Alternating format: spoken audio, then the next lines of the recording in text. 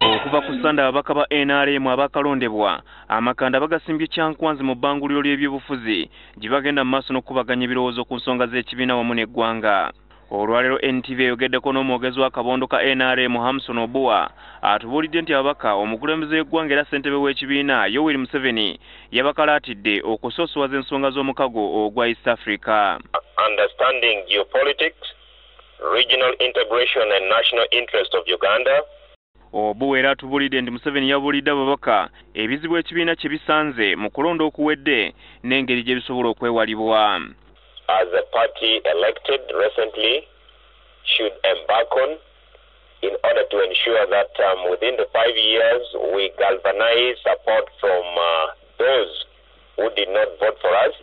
And some of these challenges are poverty, unemployment, lack of drugs in health centers, fighting corruption generally in government, to ensure that we deliver services and the people of Uganda, especially those who did not vote for NRM, can look at the basic services that the NRM is delivering.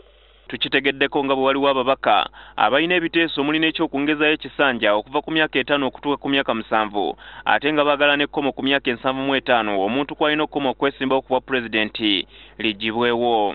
Wabula Obua agamba nti zino si ze ndowooza za kabondo okutwaliza awamu.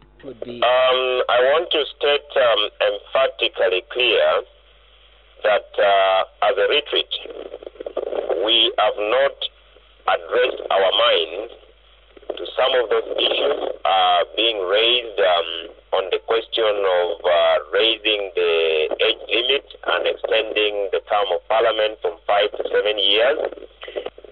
That could have been an opinion or a view expressed by an individual member.